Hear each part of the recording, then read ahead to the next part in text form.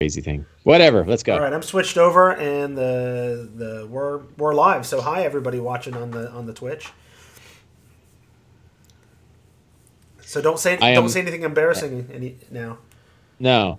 I will say, hey, I like that my name. Thank you for giving me a name that's bigger than everyone else. Yeah, no, Appreciate that. I Second, I always knew that you would appreciate that. I did that very intentionally for you. It wasn't just an accident because I was switching it over from other people. Awesome. Yeah, and I checked the audio, and the audio is great. Yeah, no. Once I figured out the weirdness of what was going on, I'm usually pretty good at remembering that now. So we'll see how long that holds up. Cool. I was gonna say, somebody in the chat, awesome. But it was just Sam. Yeah, it's me. The only people that are speaking in the chat so far are us. You guys go ahead and start. I'm gonna go ahead and take a nap now. Well, because you're last and you don't care about anybody else. Yeah, I see.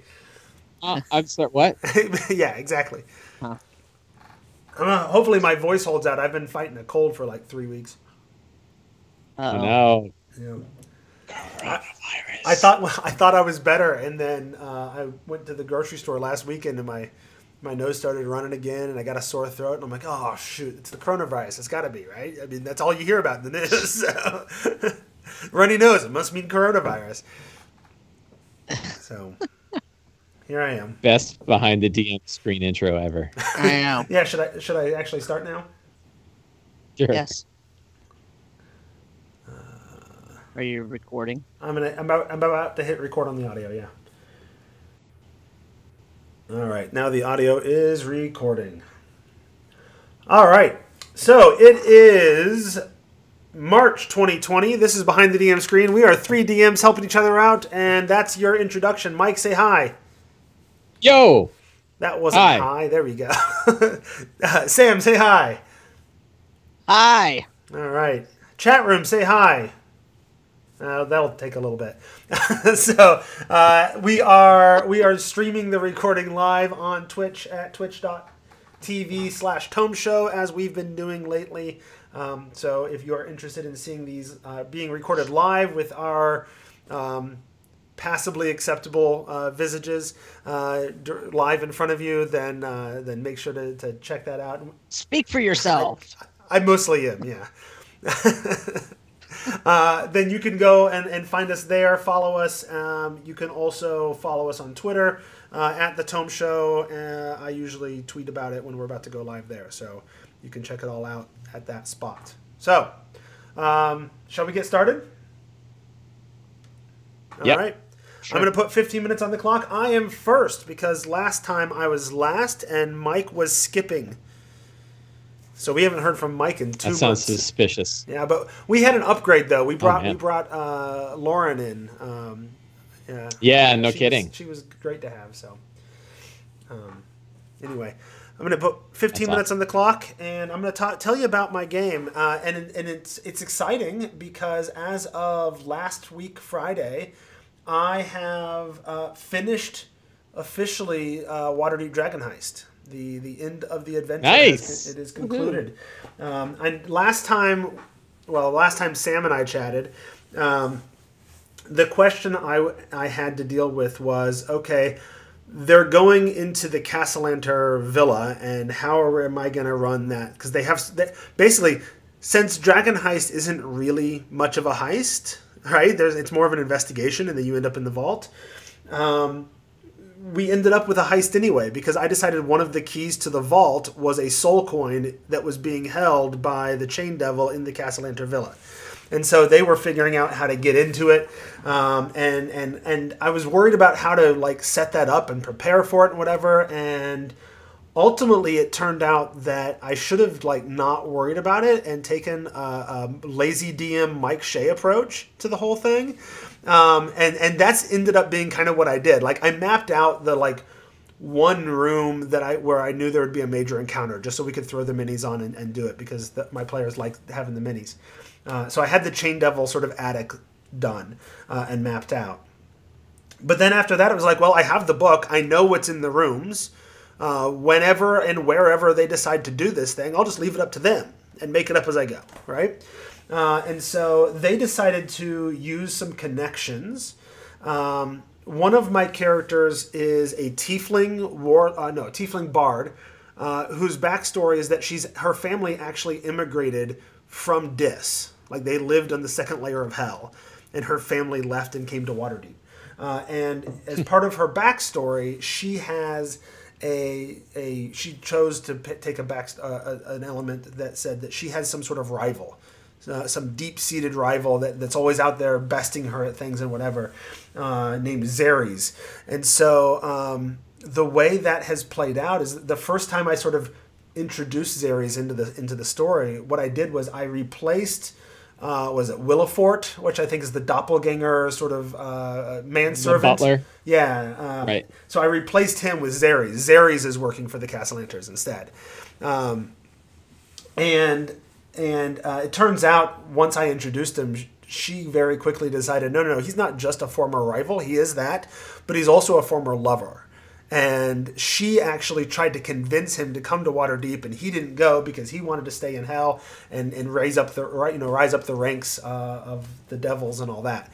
But now he's here, and he's working for other people, and he's a manservant. And she's like, "What's going on?" And he's got this whole like, "Well, actually, I'm using them to get what I want," and it's a whole thing, right? So that's actually turned out to be a really good storyline. I built him as a PC. I built him as a 10th level Warlock Hexblade. And every single time I chose a spell for him, I chose that and his, invocations. Every time I chose a feature for him, I chose something that I thought would help him escape. Right? So it's all dimension door, freedom of movement stuff, all of these things, right? And so he's just driving her up the wall. Like the one time she finally decides, this is it, I'm going to confront him. And he's like, okay, he does the, thunderous step or whatever it is, where, big thundering boom. Thunder step, right? So he thunder steps and almost kills her and teleports out into the alleyway and runs away, right? But I'm getting ahead of myself. She uses his connection to be like, hey, I know things are tense. Let's talk this out, as a way of getting into the Castellanter Villa and to scout things out. And she sneaks in the party druid with her. The party druid who like wild shapes into a chipmunk or whatever. And so that way they can use that as an opportunity to sort of scout the thing out, figure out what's up in the attic. They used an animal friendship and thing, series of spells to check it out earlier. But I had the rat that they found crawl under the door and then immediately be slaughtered by the chain devil, right? So they didn't actually see anything. It was just like, what's under here? Splat, yeah. Yeah. And so that's what they were. They had done enough sort of locate object things. They figured out that's where the soul coin was, but they didn't know what was in there. And so they decided to go check it out. He checks it out. He finds out what's in there. It's the chain devil. He's got the soul coin sort of chained to his chest. And go figure out the rest of it, right? And then she decided to continue the distraction and goes off with Xeres, the rival / lover, off to his quarters to do whatever they're doing, right? It's all happening off camera. I don't want to put that on camera for everybody. So they go off and do that, and the druid uses some ascending spell or whatever and lets the rest of the party, who's like out in the alleyway, know what's going on. I have the rest of the party includes 2 Asimar, so they managed to, through magic and through sprouting their wings, fly straight up to the balcony where the attic is instead of going through the whole villa. So it turns into a real heist, right? But by the time they get up there, it's been a little while. By the time they get up there, Amalia Castellanter is up there, weeping over her son like she does. And so they get the whole sad story, like they're just trying to save the souls of their other 2 children, and woe is me, what have you, right? But ultimately, at the end of the day, they're like, well, you made your bed, and I guess we don't care much about your innocent children, and they kill her. And the chain devil. They get the soul coin. They work their way through the estate. They're leaving in the normal way this time. Because their scouting also discovered the vault where they have their like 500,000 gold coins sitting in it. And they're like, well, that seems interesting. Plus they're planning on killing a bunch of people, so we should try to stop that. And so they work their way down to the vault. With some, stuff in between. On the way there, though, they find the poison that they were going to use. It was actually hidden up in like the castle, the Lord and Lady's room. So that kind of foils the kill everybody plot if they don't have their poison. And they decide, well, but we're going to be greedy anyway. Let's go down and get the coin. They get down into the vault. The Black Viper's already there, stealing some of the gold.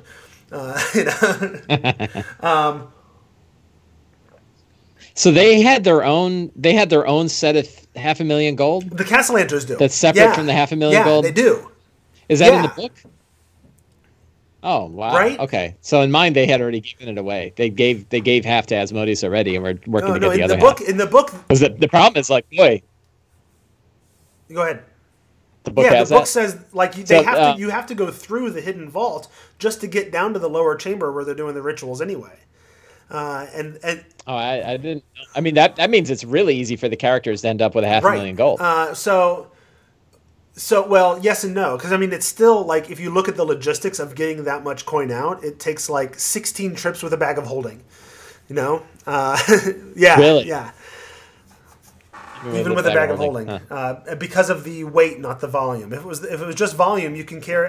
I looked at some places where people did the math. If you just look at the volume, a bag of holding can hold over 300,000 coins, but the weight means that you can only carry like 25,000. Interesting. Right. So they get down there. I got to tell you that this conversation right now is some of my favorite deep geek D&D. We're talking about right now. Yeah, talking like about how many coins. I know. Yeah, that's how much can you fit? Absolutely, yeah, absolutely. I love it. Well, it turned out one of my players, my min-maxer player, my rules lawyer player, had already done that math and kind of knew exactly what he could get away with. So anyway, they got down there. They filled up the bag of holding. They also just grabbed a couple of sacks, figuring they'll just carry it out in sacks, what they could carry. But then they got a message from the character who was off distracting the Xeres, the rival, right? And she decided, this was, we had a week then in between sessions, and that player decided, no, this is the moment. Like, I'm going to take the chance. I'm going to go after him now. I'm done with the ruse. And so she decided to attack him while they were in the middle of the heist. And then he escapes, and she sends a message down to them, like, I need your help now. And so they drop the big sacks right where they are in the middle of the vault and go running to help her. They chase her around. They don't manage to catch up with the guy. He basically runs into the crowd and on the street and turns invisible because every spell I chose was to get away. And so there's no way for them to get him. Eventually, pretty quickly after that, with all that ruckus going on, a big explosion of the thunder step and all that, the watch shows up. And so now their chance to go down and get all that gold is gone because the watch is there, right? It's all going to get searched. It's all going to get confiscated. They get down to the lower crypts and where the ritual's going on. They discover the cultists, except Victoro is gone. And the cultists that are still there are like, oh yeah, his manservant came by, because that's where Xeres ended up going, is run down to help Victoro escape, and they escaped through the little underground river that runs nearby. So that all went brilliantly well. They managed to, I didn't completely hose them, right? They managed to fill the bag of holding. So they got 25,000 gold pieces out of the whole thing. They felt pretty accomplished. And that's my key, right? One of the things that drives me crazy about the adventure is you pump up for the whole adventure, like, go get 500,000 gold. And then at the end, it's like, no, you got to give that up now, right? And that's kind of lame, right? Yeah. Or not. Well, yeah. So the way I ended up running it was, I made it clear, like, to them, like, this is stolen gold. It's been extorted. It belongs to the people of Waterdeep. Like, Jarl Axel showed up. This was before all this happened. Jarl Axel showed up and said, hey, look, I know you're going for the gold, and let's I'm a good guy. Let me prove I'm a good guy. Let's just all assume that this gold, when you recover it, is going to go back to the city because that's the rightful owner. And they're like, oh, crap, we didn't think about that, right? So Jarl Axel was the voice of reason. He was the moral authority of all people. That's funny. And so So that's when they had the big debate, and they decided, okay, well, we'll send.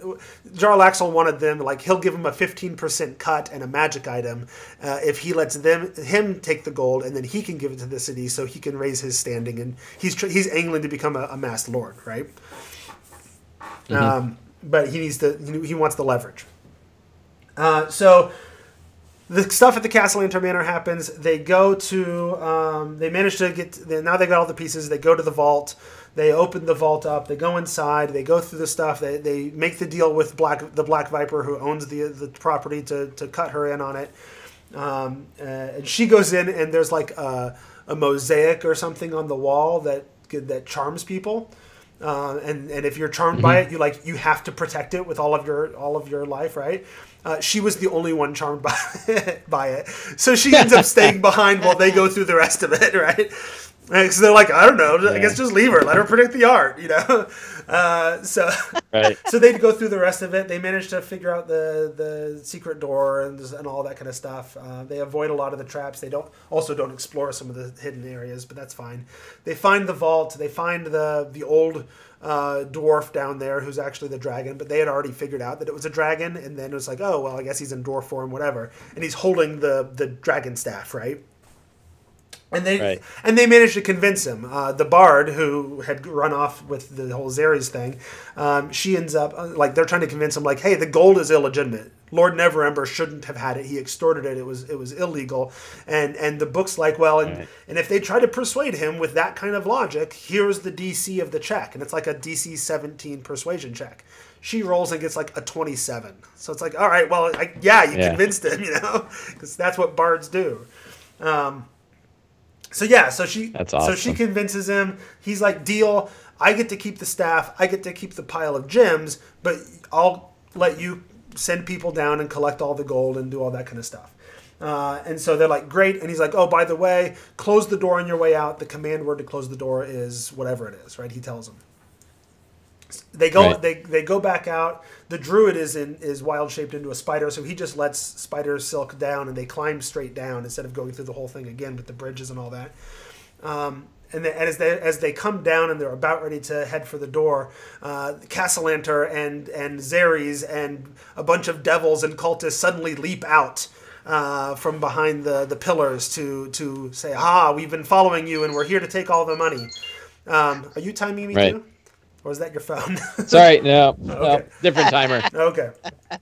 And so we have this big, giant climactic battle, and one of the characters is like, "Oh, we can't let them get down to the vault. If I say the command word, it'll close the door to the dragon." So he says the command word, not realizing, no, that closes the door to the whole complex. So now you've locked yourself in with these guys, right? So there's no escape. They had struck this deal that Brigandareth would help them extract the gold, and so Brigandareth had also followed them and leaps out from their hiding place in the middle of the fight and helps out. Basically once it was clear that they were going to win, then of course Jarlaxle can show up and do his part to make them feel awesome. And as that's going on, suddenly licks of silver fire start coming in through the vault door, because Laeral, Silverhand, and the Blackstaff have been keeping tabs on them as well and have shown up. And Laeral, the Chosen of Mystra, according to lore, have the ability to use the silver fire to negate enchantments. So she doesn't have the keys to open the door. She's just going to completely disenchant it and burn her way through. And so the dragon shows up from up above and calls the command word to open the door, because he's like, oh, this is my new lair and I don't want her to destroy my door, right? So he just lets her in. Yeah. But I had that happen basically when the fight was over, so that Laeral and the Blackstaff could come in and clean things up, right? Xeres actually tried to dimension door out of the vault and escape once more, and she was, the one player was like crazy pissed, like, oh, he got away again, right? And then when the doors open and Blackstaff and Laeral are out there, Xeres is there at their feet, bound up in iron bands of Bolaro. Oh no, we got him. It's fine. You don't get to kill him. We're going to put him in jail, but we got him. You didn't get away. Yeah. And so now they got there. Then they had to make this decision, right? We've got this gold. We made a deal with Jarlaxle. but Laryl and the Blackstaff are right here, and they're like, you know, it's our city's gold. We're in charge. Like, you should give it to us. But I made up some law that where, you know, they have the right of like reclamation or whatever until they can prove who it belongs to or whatever. So they had to decide. I wanted them to have this moral choice, right? Give it to the city directly and do the right thing, or give it to Jarlaxle. And Laryl's like, that's not going to be a good idea. Jarlaxle is not really as on the up and up as you think he is, and I don't trust him. Ultimately, they debated and they weren't sure, but ultimately they gave the money to the city, to Laryl and the Blackstaff, and to make it clear, like, they were worried about retribution from Jarlaxle, and he's like, oh, look, if I were you, I'd give it to them. Like, this is Laryl freaking Silverhand. Like, I'm not messing with her. That's fine. I get it. And so ultimately they gave it back to the city. And from there, the Blackstaff was like, come see me in 2 days. She offered them the opportunity to become full-blown members of Force Grey as protectors of the city. All but 2 members of the party said yes, which was really my excuse to give them some rare magic items. But of course, those 2 players didn't get any, but that's fine, because one of them was the Bard, and she picked up the Rod of Rulership that Lord Victoro Castellanter was carrying, which is already a powerful enough rare magic item. So now I'm running into my next session tomorrow, and it's like, okay, next up is like downtime, shopping time, and I think I'm going to use it as an opportunity for some faction missions along the way. Like, my original plan was to run into like one quest, and then give them some downtime, whatever, just hand wave it. 6 months later, move on. Here's this other quest that you need to do that involves going out into the Margrave, because I brought that in, remember. And when they come on their... I'm shocked. Right, and when they're on their way back, the mist that brought the Margrave to Faerun would take it back, and it would end up becoming part of Barovia, and we'd go straight into Curse of Strahd. Now I'm starting to get the impression that they would actually prefer to stick around for a little bit longer. So I'm coming up with all these other faction missions I can run with them. So I'm going to do 2 of them from Dragon Heist that still kind of work, that I can bring in and will be fine. I'm going to use, Gleam in the King's Eye from Sly Flourish's Fantastic Adventures. Mm-hmm. I decided to help the way I'm sort of, cameoing things that are going to be important later on in the next campaign. I decided that instead of White Sparrow and all that, it is a diplomatic home of the Van Thampers from Baldur's Gate. And so Duke Van Thamper from Descent into Avernus is going to show up and be like, hey, have the contest to find people and say, I need people to go down into the catacombs and help me recover not the crown. My cellars are weird. Yeah. But specifically, she's looking to recover the shield that would become the prison for the Hidden Lord.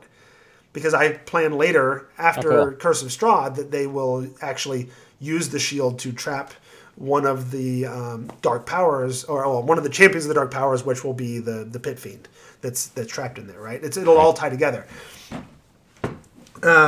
So that's going to be one of the things I do. With that, I'm going to bring in Isle of the Abbey from Ghosts of Saltmarsh, which I know you ran, because I've decided that...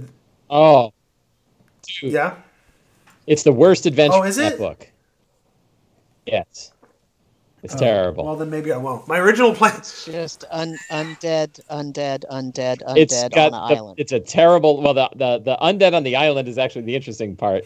The dungeon is just a slog. My original plan was to make that be... When Barovia re-merges with the realms, that's where the Amber Temple was going to be located, was on that abbey.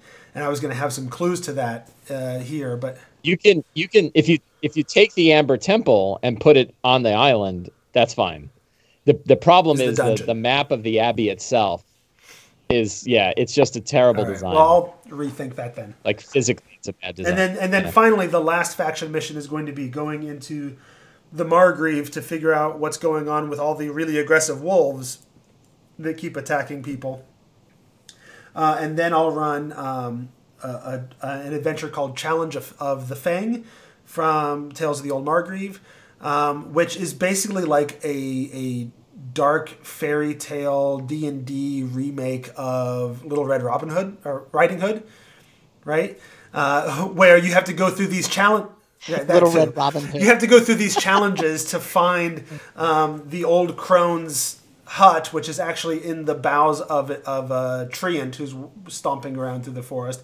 And it's a regular, like, the Margrave sort of creates this challenge between humanity and the wolves to see who's going to have primacy in the forest for the next 100 years or whatever.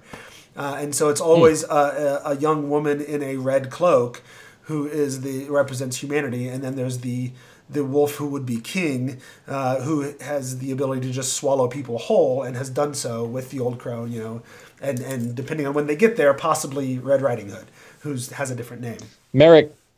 Merrick Blackman has a question for you, but I don't know if he realizes that you're 25 minutes over on your timer. Do you want to answer it anyway? I don't know about 25 minutes over. Was it 35 minutes? I think it's 11:15. I am 8 minutes over, at most. That's so much better. Yeah. So Merrick says, "Is the group ever going to get to Barovia, or are they just gonna end up somewhere else?" Oh no, they're gonna. The plan is that they're gonna get to Barovia. So after they do that Challenge of the Fang adventure, the plan is that as they're heading back to Waterdeep through the Margrave Forest, the mist that brought the Margrave there will roll back through and take the entire forest and the party with them back to Barovia. So they'll think they're headed back to Waterdeep, and they'll find themselves at the gates of Barovia. So my original plan was to get there really fast, and now it feels like they have a lot that they want to do before they get there. So I'm going to let them have a few sessions to do other things. That's why I'm bringing in all these late faction missions. So that's me, and I've talked a lot, and my voice is slowly getting weaker. So that's a good place to stop.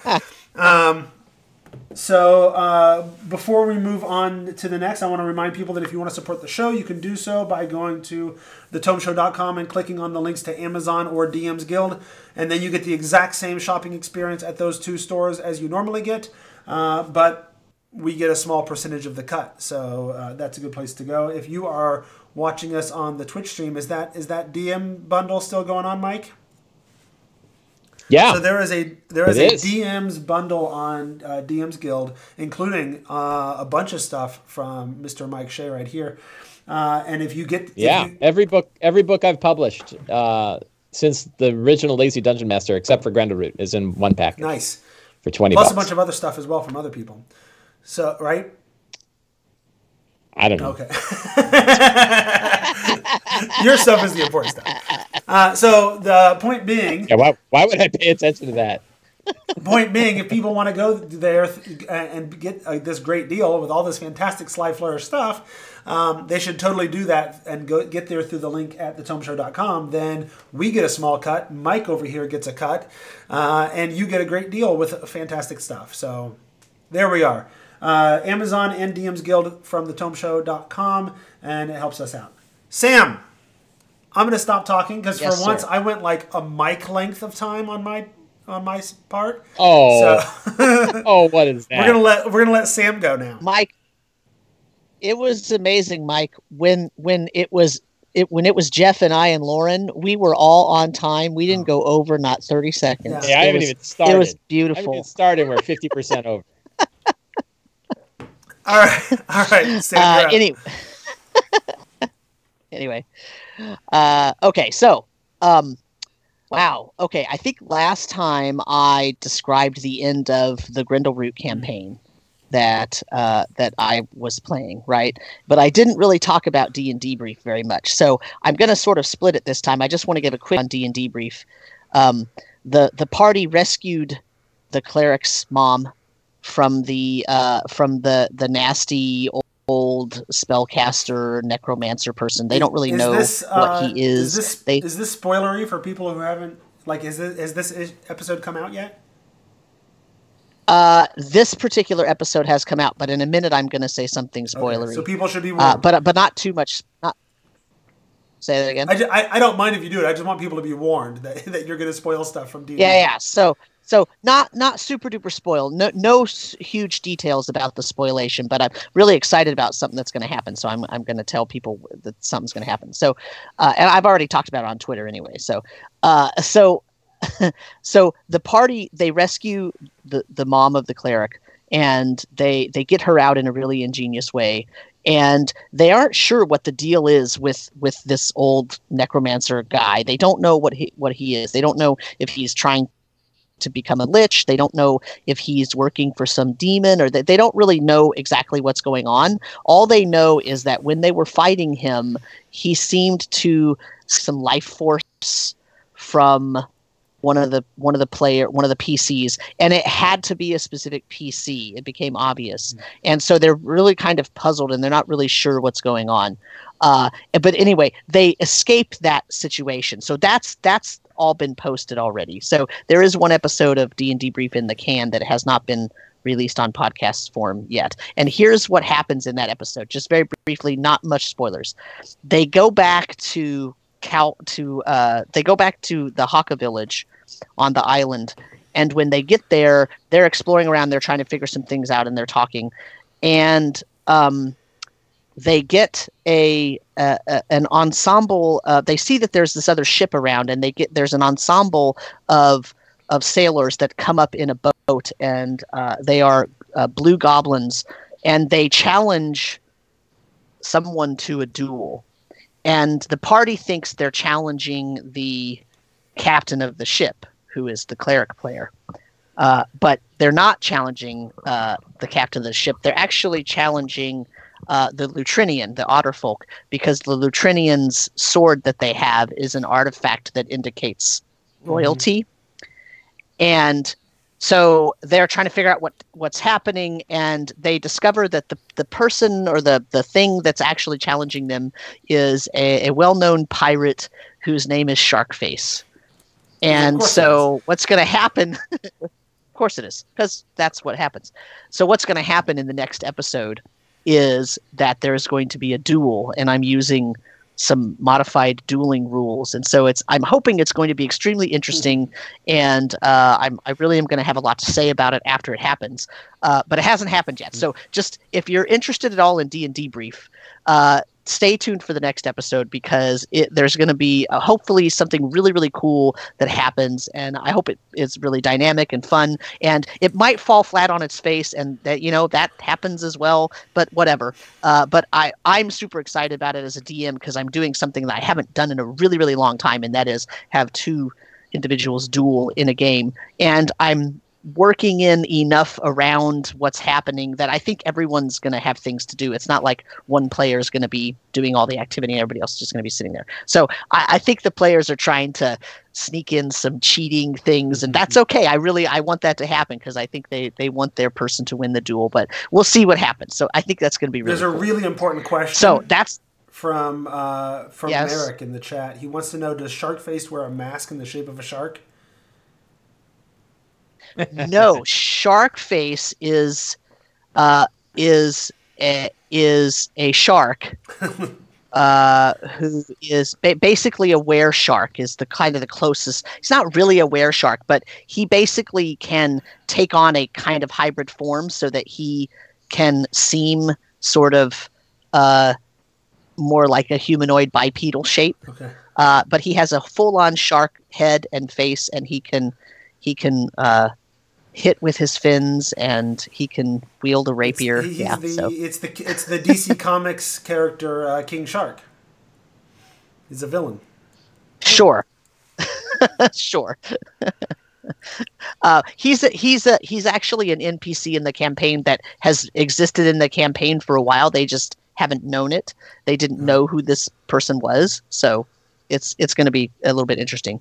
But so that leads me to my second game. My second game is the game where we were playing Grindelroot, but we finished with that. And so the boys are creating new characters, and they created a Minotaur fighter and a elf bard. And they want to play in a game that is near a city, but also has some sort of traditional dungeon crawling elements, because they didn't really do very much dungeon crawling. They don't consider it dungeon crawling. They were in frickin' Grindelroot. They were crawling the whole time, but it wasn't traditional. It was caverns and weird underground places, and so they're not thinking of it like dungeons. So they want like actual like tombs to raid and, dungeons of crypts and, stuff like that. Dungeons with 5 or 6 levels that they're, whatever. Which I think they're going to get a little bored with real fast. So I'm not sort of hanging a whole campaign on dungeon crawling, because I don't think that they'll enjoy it as much as I think they're going to want to do other things too. But what I have is, they're actually playing in my homebrew setting now, and so I gave them a sort of a small campaign document, right, with some different character options and whatnot.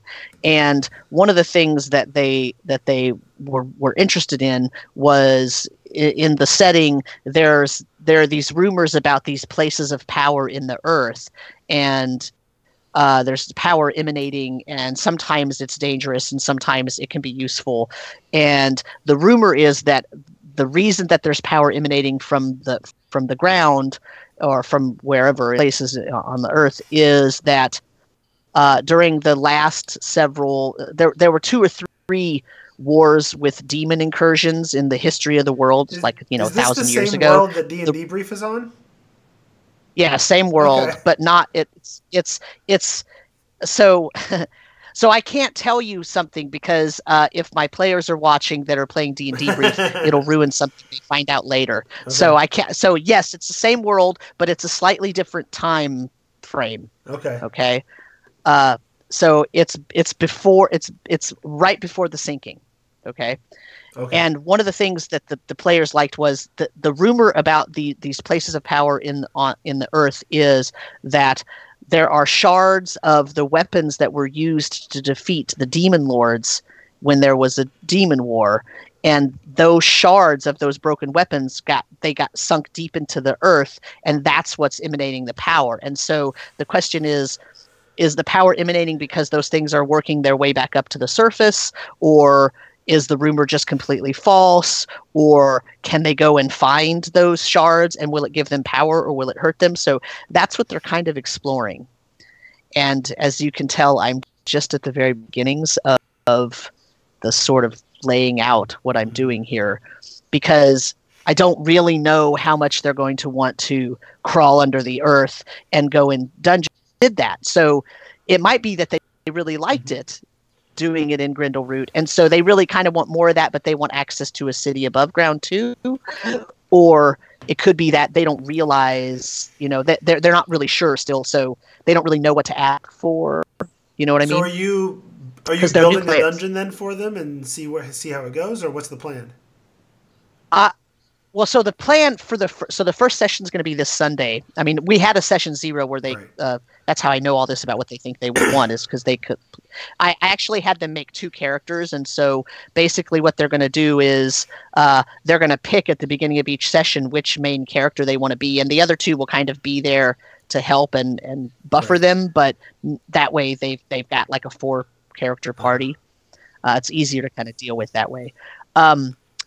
So what I'm going to do is I'm going to make like a smallish dungeon, 2 levels, couple of levels, and put a couple of traps in there, something interesting. They might find something valuable. What's going to happen is the Baron of the town that they're in is going to request that they go seek out something, right? That he's gonna make a request of them, and they're going to accept, and they're gonna go and they're gonna find this 2 or 3 level dungeon, relatively small. I'm not talking like mega dungeon, not even probably 20 rooms, right? Just to give them a taste of what it's like to play that way, because I'm not sure they actually know what that's like. So they think it sounds cool, but I don't know if they're gonna like it. Well, see, I wasn't sure if you were gonna. So that's.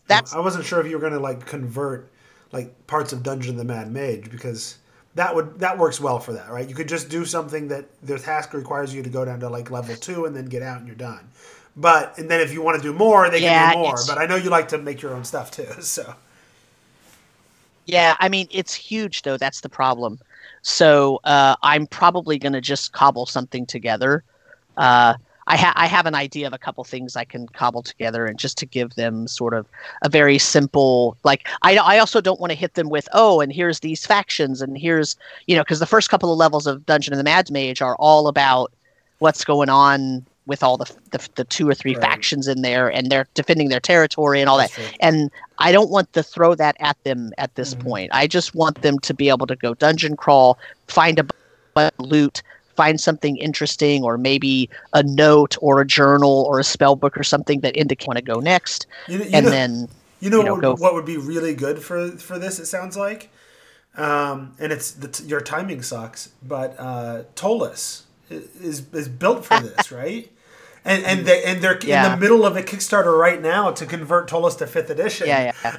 So that would have been perfect. But I have the PDF. I have the PDF of the original Tolis. Nice. So yeah. Steal ideas. The thing is that I don't think they want to spend a ton of time in the town. I think they just want access to a town, because they didn't really feel like they had access to a lot of resources last time. Because of course, Deep Delvers Enclave, the way that they ended up interacting with that town from the very beginning, they were kind of the saviors. Right. So they didn't feel like Deep Delvers Enclave offered them a lot of resources, although they did. I mean, they got a ton of resources. But from their point of view, I think they saw it as a little kind of podunk little town that didn't really have a lot of things for them. So they want access to a large town, but I don't think they want to actually spend a lot of time in a city. They just want to be able to buy stuff. I don't actually. They want to be able to buy stuff, talk to some nobles if they need to, right? Have access to maybe a magic shop or something, you know what I mean? And so, yeah, I think that's mostly it, which suits me fine, because the part of the world that they're in right now, it has sort of it's almost a very gray hockey feel to it, where there's kingdoms and duchies and whatnot. And so there can be a lot of political intrigue, or, you're just in a city and you can go off and look at some dungeons and you don't have to deal with the intrigue if you don't want to. And I did that on purpose, because I knew because at first they said they wanted to play in a big city and have a big city campaign. Right. And as I started delving into, what big city am I going to use? I started talking to them about, okay, well, what does that mean to you? When you say that, what do you think that means? Like, are we, because I think at first one of the players just wanted to be able to run around picking people's pockets, right? So he needs a big enough city that he could run off into the crowd and not get caught.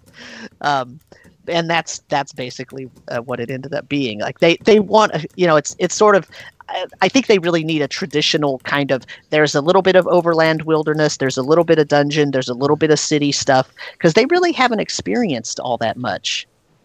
So that's the thing. And so that's what I'm doing. So because I don't know really how much they're going to enjoy the dungeons, I'm not throwing a big dungeon at them yet.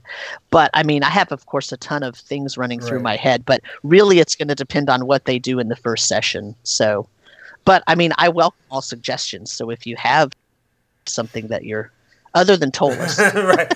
That's a big suggestion. Like 800 pages of stuff I have. I have Tolis too, and I want to dig into it. I have the original PDF, and I kind of want to dig into it more. I of course back the Kickstarter, because I back everything of theirs. Yeah, I backed the Kickstarter, but I never played the original. So yeah. I glanced at because I've had the PDF for a while. I also backed the Kickstarter because I know what a great product it is, and if I also backed Arcana of the Ancients, which is so I might, when that shows up, I might start integrating some of that. Because I think these guys would really like some of the sort of more sci-fi elements that it probably has in it, if it's anything like Numenera at all. Right. So, in fact, I think these players... Go ahead. Do you have... I think it's Cobalt Press. Mike, I think you've got a layer in it. Eldritch Layers. Did you do one of those? Yeah, Eldritch Layers. Yeah. So that's a nice. If you're because I was just thinking, if you want to find a place to steal stuff and steal ideas, like that's a really good go-to for short. Press has a lot of good stuff. Sort of, one or two, one layer, 10-room dungeons that you could test, play with a little bit. I also have I'm a Patreon supporter of theirs, so I have all of their Warlock layers. All the Warlock layers, yeah. Their Warlock layers are great. So you got a lot of things you can pull from, yeah. Yeah, I have a ton of stuff. The thing is, it's really hard because I'm a big campaign guy, right? Like I love running these long campaigns. And that's one of the things I loved about Grindleroot was it's individual, like little session based things, but it's this huge campaign. Right. And the problem with me with starting a campaign with these players, these particular players, is because they don't really know what they want. I can't really plan a whole campaign right now. Right. I have to run a couple of sessions with them to let them get to know their characters and see like what they're interested in. Mm-hmm. Then I can kind of put a bigger overall sort of plot to it. Right. Right. And I just don't know where it's going yet. Yep. I mean, I could sit here and make some I think that's, all night. and when people play Lost Mine of Phandelver, I've had an article that I wrote for a long time about like what to do after Lost Mine of Phandelver. Like once you've finished it, which adventure should you go to? And my best recommendation is start over. Right. You know, like you learned how to play D&D. You got some characters together. You learned a little bit about the Forgotten Realms. Now go start at first. Yeah. Come up with new characters, and play through one of the big ones. Yeah. One of the things that I considered doing was putting them in like Port Nyanzaru, but without the death curse. Just because all the stuff on Cholt is just there's so much stuff there, and you don't need the death cult. Yeah. Right. Yeah. You don't need the death curse. I mean, I said cult. You don't need the death curse to make that work. And because I ran that before, I'm a little bit familiar with it. I'm a lot familiar with it, but I sort of learned what didn't work and what did work already, and so I could kind of tailor that because it has the mines that you could look at. It's got those shipwreck sites. It's got the boat in the tree. It's got the heart of Uptow. It's got the garden of whatever that garden place is. It's got the lost city.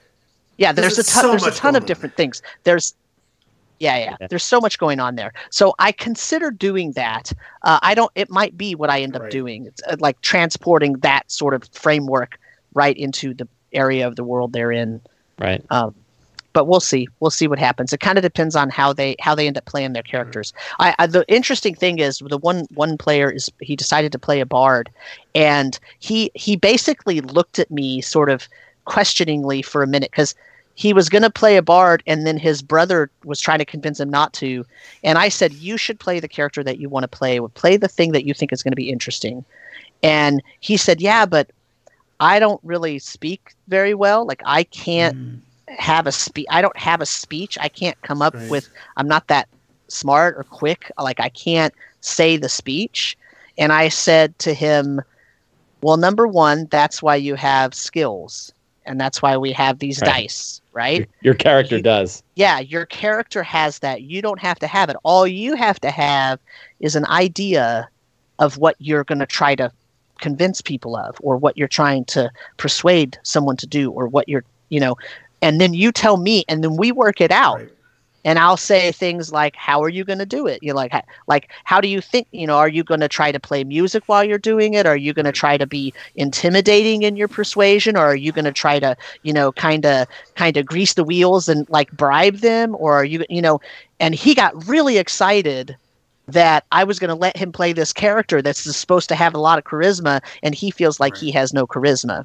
I mean, he's a 15-year-old kid. He feels like he's, he's at that gawky age, right? So he's tall and gangly and feels like he has no charisma. And I'm like, hell yeah, play a bard. Why not? Play a bard. Live that fantasy. Yeah, right? so that's going to be cool. Well, I look forward to hearing how that goes. Before we let Mike talk, Merrick asks, do we all pre-plan our campaigns, or are we more reactive in the way we plan our campaigns? I know, Sam, you're talking right now about doing it in a more reactive way as they're learning. Yeah. I mean, so one of the things that I learned a few years ago when I first moved to this area, and I started with the group that I used to play with, and I didn't know them at all. And I was so freaked out about going and running this game for people I didn't know that I had this big campaign. I made this big campaign binder. And the thing is, it wasn't that I was going to run that thing from cover to cover, front to back, and just, push them through everything. I didn't even look at that thing for the at any session, actually. I never looked at that thing. But what it was is let me prep that region of the world that they were in and the NPCs and motivations so well. I felt comfortable walking into that room and running this game for people I didn't really know. So that's kind of how I do my prep, because it was such a great experience, because they ended up being pretty good players, and they were very reactive and proactive, and I could be reactive and proactive, and there was a push-pull there that worked because I knew the setting and the city and what was going on. But I didn't have like a huge overarching plot in mind at that point in time. Kind of what I just described to you a minute ago, what I said I was going to do with these boys, that I can't plan a whole plot. I don't usually do that. I wait for the characters to get built up a little bit before I figure out what's going on, unless I'm running a published module. That said, D&D Brief feels like you had more of a vision of sort of how it would play out. Well, I had I knew what I thought happened. Okay. Right.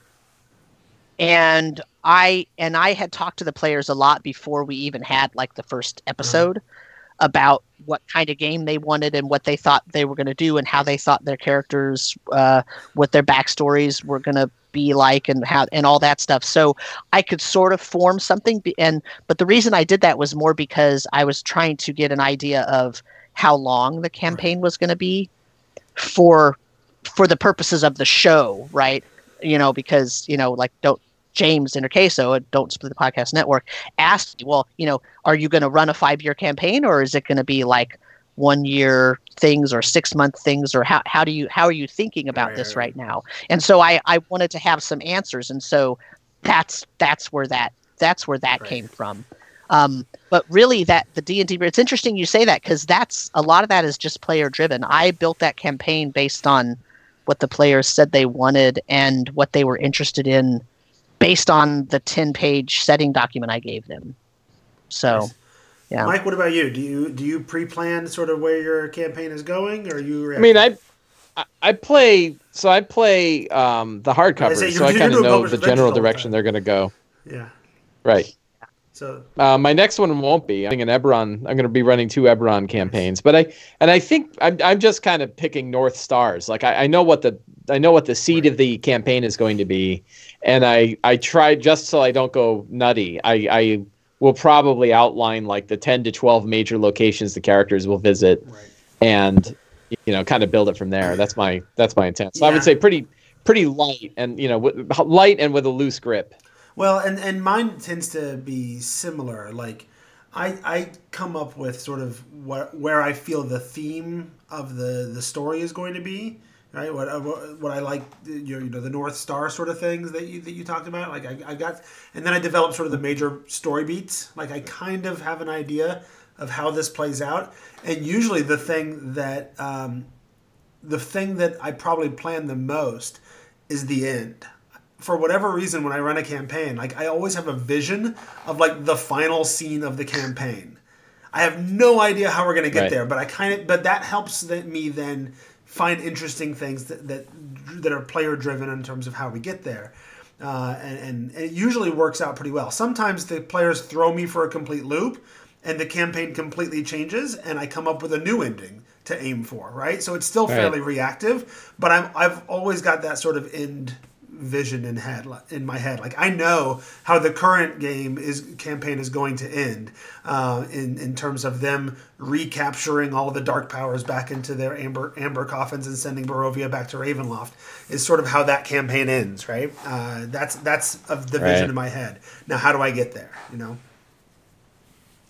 So that's that question from Merrick. I hope that was helpful. I want to remind people that another way to support the show is at patreon.com/The Show. You can become a patron. You can give us, $1 a month or however much you think the show is worth. That helps me to basically pay the bills for the show and do all that kind of fun stuff. It allowed me to do things like every now and then pick up products that I otherwise probably wouldn't spend the money for reviews and all that kind of stuff as well. After years of building up funds, I can do things like pick up the platinum edition of Descent into Avernus to let people know what's in it and how it works and all that kind of stuff. So that's a way that people can help us out that way, is by becoming patrons. Patreon.com/The Tome Show. All right, Mike, you have you only get 8 minutes. 75 minutes. 8 minutes. That's all that we have left. Get a cup of coffee, man. We're gonna be here a while. All right. I'm hitting start on your timer. Go. Call Grubhub. Get yourself a sandwich. 'Cause I'm taking some time. So I am running Ghosts of Saltmarsh, and for 2 different groups, and I think I'm within 1 or 2 sessions of finishing both groups. So it is going to be 1 session left of my Sunday game, and 1 to 2 sessions of my Wednesday game. We'll see how it goes. So I don't even remember what happened last time, so I'll go quickly over the last couple of adventures. So I've been running Ghosts of Saltmarsh all the way through, and I just ran the Styes. Yeah, how was that and Tom Rod's Fate. So the Styes is pretty fun, and both of these adventures I homebrewed more than I did the previous ones. So I homebrewed Isle of the Abbey, which we talked about a little bit. These 2 in particular, like the direction that the campaign was going, was in a direction where I wanted to homebrew these a little bit more. I was more flexible with how I ran them. So in my version of the Styes, the characters had a reason to go there because Ilindar Fireborn, one of the council members of Saltmarsh, his daughter had been kidnapped by the Scarlet Brotherhood and was being held at the Styes by the head of the Scarlet Brotherhood, who's this nasty character named Mr. Dory. Mr. Dory actually is a member of the Scarlet Brotherhood, but his true alliance lies with Tharizdun. He is a head of the humanoid cultists of the Chain God in the Styes. And under the influence is full of spoilers. It's full of spoilers, kind of, but then a bunch of it's fine. You can't really be spoiled by my nonsense, but it's close enough. So the true leader of Tharizdun in the Styes is an aboleth that I named Sogoth, and it has another name, but I thought Sogoth sounded cooler. So Sogoth lived in an ancient abolithic temple beneath the Styes, and had been slowly converting the people of the Styes into servants of him, which are mainly sea spawn.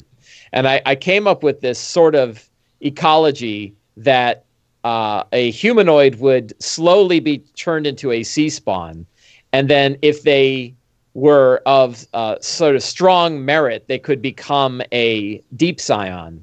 Or even a Kraken priest. They could sort of make their way. If they were really smart and powerful, they'd head one direction. If not, they'd be a sea spawn, and then eventually would turn into a creature called a scum, which is this like octopus sort of half cephalopodic humanoid creature. Powerful. So I stole an idea that had been kicking around on the net called the False Hydra, which I really loved. So if you Google False Hydra, you can read all about it. But the concept behind a False Hydra is that there's a creature that lives underneath a town or a city. And not only does it kill and eat people, it removes the entire memory of that person from everybody who knew them. So if you're the characters and you're wandering around, you'll start to see people not only disappear, but like no one remembers that they were ever there. So they might say, oh, yeah, well, we love our beloved king. And they'll say, well, doesn't he have a son? He goes, no, he never had a son. It's like, well, what about this picture of him with this boy? Oh, we don't really know who that is. And then 3 days later, it's like, no, we never had a king here. We've always been we're an autonomous collective. Well, what about that castle? Oh, that's just some old castle. That's been there forever. How do the what about players this still picture? remember? Well, so I think some of the fun is actually having the players forget too. Okay. So, or the characters. So now you get into the meta where you could say like, yeah, you don't have any memory of a king. And they're like, what do you mean I don't have memory of a king? I saw him yesterday. No, you didn't. What? And then you can start to play with the player and character split. So the players know that something is going on. The characters don't. But they'll still kind of have to unravel this weird mystery. So I didn't play that in early enough, unfortunately. But I did play it in later where they started to learn that as people got converted into scum, that it not only removed them from, not only converted their bodies, but their memories were also removed. And some of the NPCs they had, yeah, there's the scum. So not only would they be converted into sea spawn, but the memories of them would be removed. And I kind of dropped that in sort of late after they already knew what the storyline was, and that was not quite as impactful, but it was a fun little event. Like, wow, this aboleth, because it makes sense for an aboleth to be able to do that. Like, aboleths are constantly manipulating people's memories and stuff like that. So for them to just sort of, and one way to have it where the players can, or the characters can still remember, is that the aboleth hasn't gotten to them yet, but it's able to remove the memories from everybody in the town. Remind me at some point to tell you what I did with the Stone of Galore, which is an aboleth in a different form, right? Because I'm doing a very similar sort of thing with that. Yeah, I'll remind you next time a show. Yeah. So so the characters dissected this whole enterprise, and they killed the aboleth, but Sogoth cried out in its last death throw, and in response came the big bad. And in my Sunday game, the big bad is a black whale, pitch black inky whale called the Black Death, who's actually a avatar of Thar-Zadun in the sea. And this came about because one of the characters had the background, my parents were killed by a whale.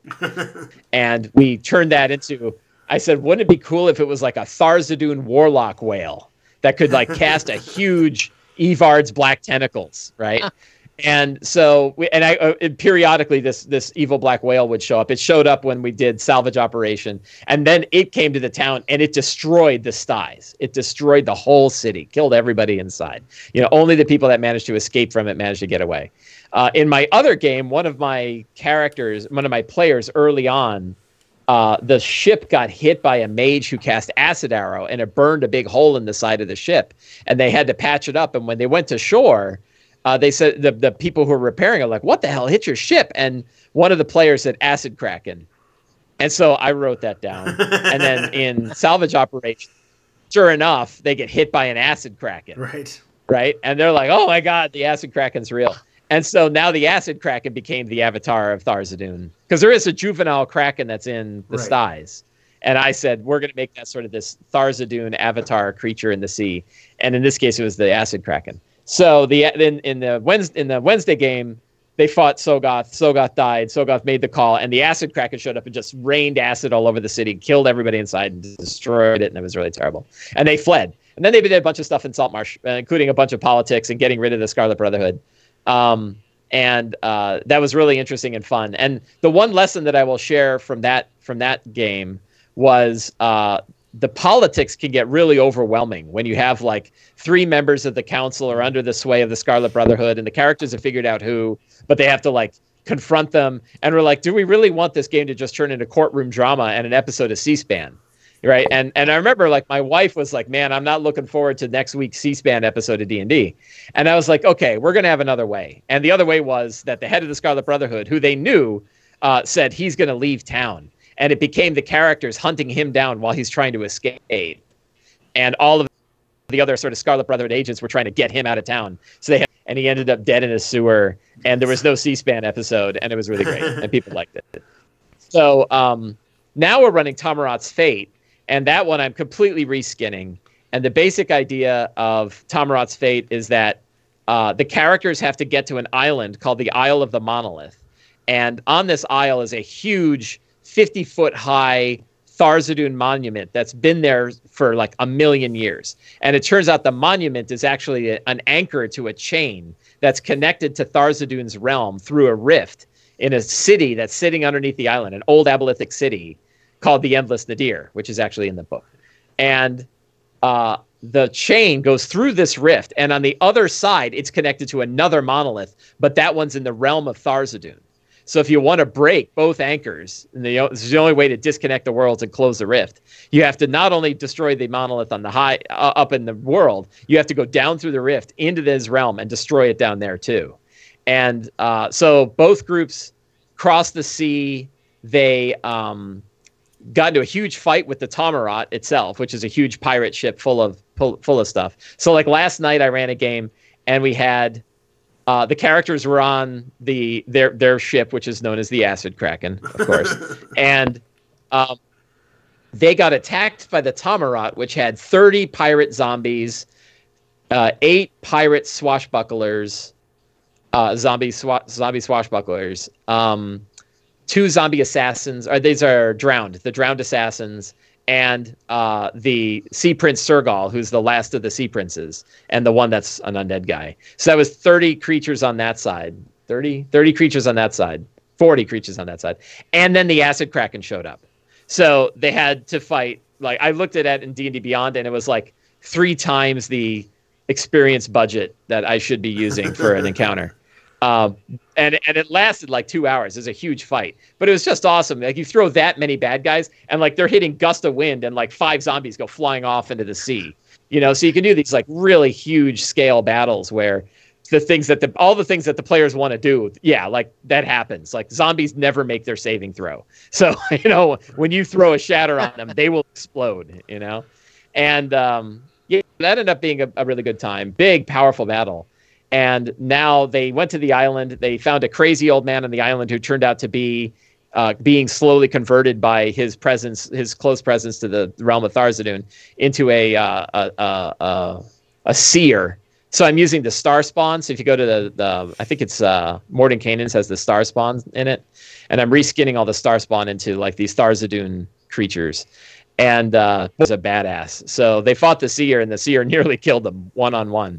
And then now they're trying to figure out how to go down below. The interesting thing is, for the Sunday game, they fought the seer and killed it. They went down and they destroyed this sort of Tharizdun angel, who is a reskinned star spawn, the weird larva mage. So there's a star spawn larva mage. It's like a I don't know, CR-17 legendary creature, and they beat that one, and they found the rift, and they said, okay, what do we do? Like, we know we have to destroy both of these, and they said, let's split the party. So 5 characters went down into the pit into Tharizdun's realm, while a 6th character went back up to go destroy the monolith up above. And there's 50 pirates hanging around the monolith up above that he's going to have to face by himself. So that's going to be really interesting. Now, I've run split battles like this before, and the way that I've done it is I just roll for initiative, and every time it jumps to that person's initiative, we go back to that scene, and they do whatever they're going to do. And then it jumps to the other ones, and we do what we're going to do there. So what I hope to accomplish is that for this final event, it's going to be this split back and forth scene about the people down below in Tharizdun's realm fighting off all of these Tharizdun avatar creatures, all of these, you know, the creatures that were born from Tharizdun's madness, which are the Starspawn guys. And then up above is going to be, you know, this one guy facing off against these pirates, trying to get to the monolith and destroy it, so that both monoliths can be destroyed at the same time. And then hopefully the ones that are on Tharizdun's realm can get back out again. Nice. So going to be a crazy conclusion. I hope it runs well. Yeah. We'll see. One thing that's kind of happened is I feel like I've been really loose with a lot of the rules. Like when I ran the pirate battle before, I didn't even really know how many pirates they were fighting. So, like, I was like, I don't know, there's a lot of them on this boat. And they're like, you know, how many until we're done killing them all? And I'm like, when I feel like when it's not fun so anymore. That wasn't really yeah, pretty much, right? But I'm like, I felt like Indiana Jones hanging off of the back of the truck with a whip, right? I felt like this story's roaring forward, and I barely have any control over it at all. And yet the players really had a good time. They really liked it. And the same thing last night. Like, I felt like we had these huge epic battles, but that they were really hard, and that they could be kind of grindy and frustrating. And then, what are you giving me? Is this some kind of sign? No, I want to say 2 things. Well, you have to hang on, man. No, hang on. So snake claws. Just write it down. It's a question from the chat, but okay. It's a question for you. It's merit. Cool. It's a question from the chat. Yeah. I don't care. So